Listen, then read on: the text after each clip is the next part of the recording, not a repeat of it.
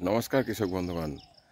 আজ ভাবছেন যে কি হলো দাদার এত হাসছে কেন?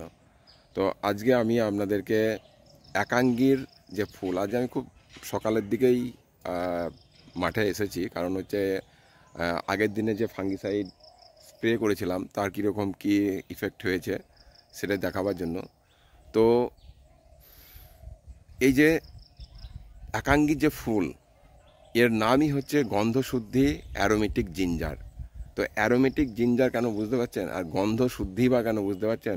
আপনি যখন সকালের দিকে একাঙ্গীর মানে জমি ভিজিট করবেন, দেখবেন আপনার জমি দেখার পরে আপনার যদি শরীরে কোনো রোগও থাকে না, আপনার দেখবেন ভালো লাগবে।